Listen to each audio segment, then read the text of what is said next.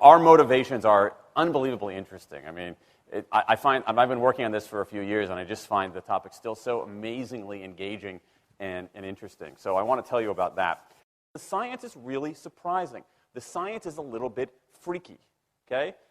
We are not as endlessly manipulable and as predictable as you would think. There's a whole set of unbelievably interesting studies. I want to give you two that call into question this idea that if you reward something, you get more of the behavior you want. If you punish something, you get less of it. So let's go from London to the mean streets of Cambridge, Massachusetts, in the northeastern part of the United States. And let's talk about a study done at MIT, Massachusetts Institute of Technology. Here's what they did. They took a whole group of students, and they gave them a set of challenges. Things like memorizing strings of digits, solving word puzzles, other kinds of spatial puzzles, even physical tasks like throwing a ball through a hoop. Okay, they gave them these challenges, and they said to incentivize their performance, they gave them 3 levels of rewards. Okay? So if you did pretty well, you got a small monetary reward. If you did medium well, you got a medium monetary reward. And if you did really well, if you were one of the top performers, you got a large cash prize. Okay? We've seen this movie before. This is essentially a typical motivation scheme within organizations, right? We reward the very top performers, we ignore the low performers, and the other folks kind of in the middle. Okay, you get a little bit. So what happens? They do the test, they have these incentives. Here's what they found out. 1, as long as the task involved only mechanical skill, bonuses worked as they would be expected. The higher the pay, the better their performance. Okay, that makes sense. But here's what happens. But once the task called for even rudimentary cognitive skill, a larger reward led to poorer performance. Now, this is strange, right? A larger reward led to poorer performance? How can that possibly be?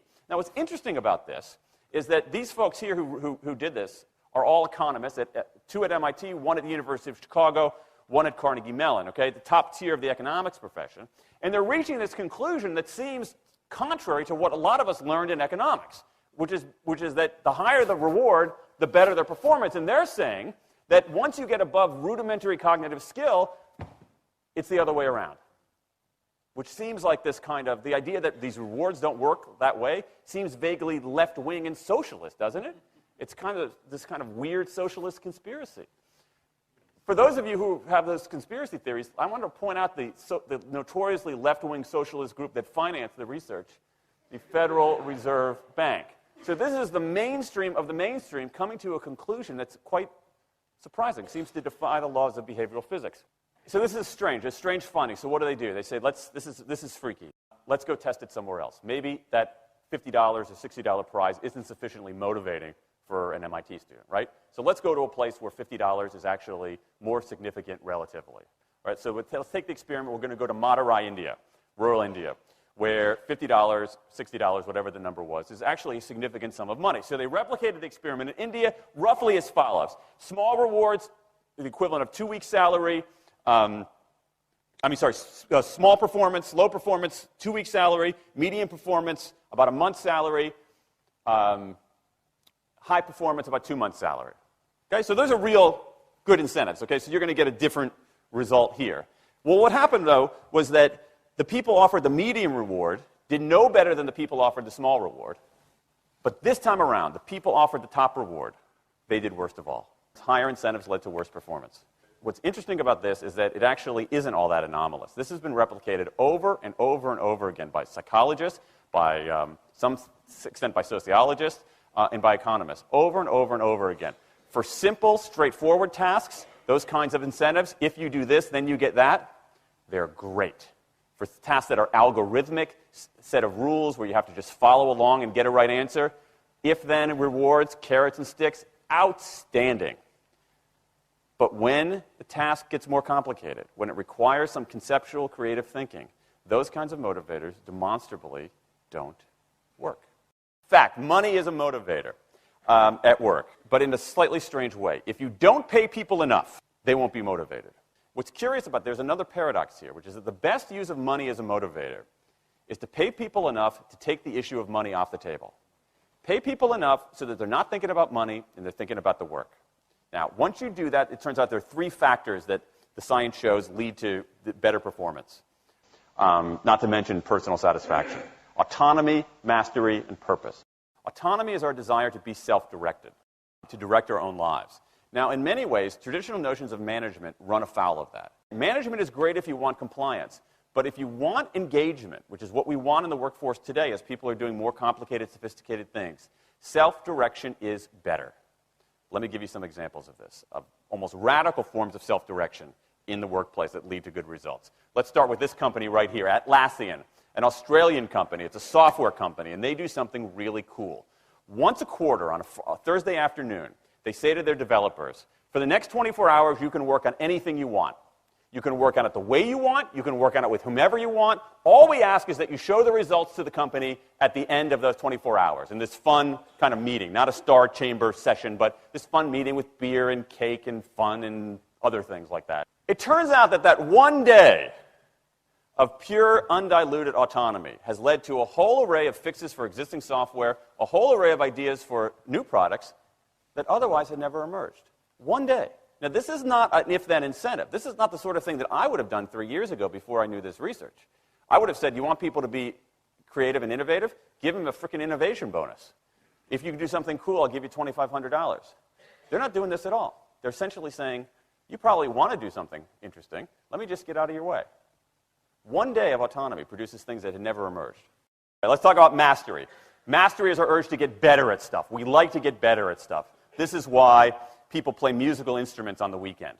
You got all these people who are acting in ways that seem irrational economically. They play musical instruments on weekends. Why? It's not going to get them a mate. It's not going to make them any money. Why are they doing it? Because it's fun, because you get better at it, and that's satisfying. Go back in time a little bit. I imagine this if I went to my first economics professor, a woman named Mary Alice Schulman, and I went to her in 1983 and said, Professor Schulman, can I talk to you after class for a moment? Yeah. I got this inkling. I got this idea for a business model. I just want to run it past you. Here's how it would work. You get a bunch of people around the world who are doing highly skilled work, but they're willing to do it for free and volunteer their time, 20, sometimes 30 hours a week. Okay, she's looking at you somewhat skeptically there. Oh, but I'm not done. And then what they create, they give it away rather than sell it. It's going to be huge. I mean, she truly would have thought I was insane. Okay, it seemed to fly in the face of so many things. But what do you have? You have Linux powering 1 out of 4 corporate servers in Fortune 500 companies, Apache powering more than the majority of web servers, Wikipedia. What's going on? Why are people doing this? Why are these people, many of whom are technically sophisticated, highly skilled people who have jobs? Okay, they have jobs. They're working at jobs for pay, doing sophisticated technological work. And yet, during their limited discretionary time, they do equally, if not more, technically sophisticated work, not for their employer, but for someone else for free. That's a strange economic behavior. Economists who look into it, why are they doing this? It's overwhelmingly clear. Challenge and mastery, along with making a contribution. That's it. What you see more and more is a rise of what you might call the purpose motive, is that more and more organizations want to have some kind of transcendent purpose, partly because it makes coming to work better, partly because that's the way to get better talent. And what we're seeing now is, in some ways, when the profit motive becomes unmoored from the purpose motive, bad things happen. Bad things ethically sometimes, but also bad things just like not good stuff, like crappy products, like lame services, like uninspiring places to work. That when the profit motive is paramount, or when it becomes completely unhitched from the purpose motive, it's just, people don't do great things. More and more organizations are realizing this and sort of disturbing the categories between what's profit and what's purpose. And I think that actually heralds something interesting. And I think that the organizations that are flourishing, whether they're profit, for profit, or somewhere in between, are animated by this purpose motive. Let me give you a couple of examples. Here's the founder of Skype. He says, our goal is to be disruptive, but in the cause of making the world a better place. Pretty good purpose. Here's Steve Jobs. I want to put a ding in the universe. All right? That's the kind of thing that might get you up in the morning and racing to go to work. So I think that, that we are purpose maximizers, not only profit maximizers. I think the science shows that we care about mastery very, very deeply. And the science shows that we want to be self-directed. And I think that the big takeaway here is that if we start treating people like people and not assuming that they're simply horses, slower, smaller, better-smelling horses, if we get past this kind of ideology of carrots and sticks and look at the science, I think we can actually build organizations and work lives that make us better off, but I also think they have the promise to make our world just a little bit better.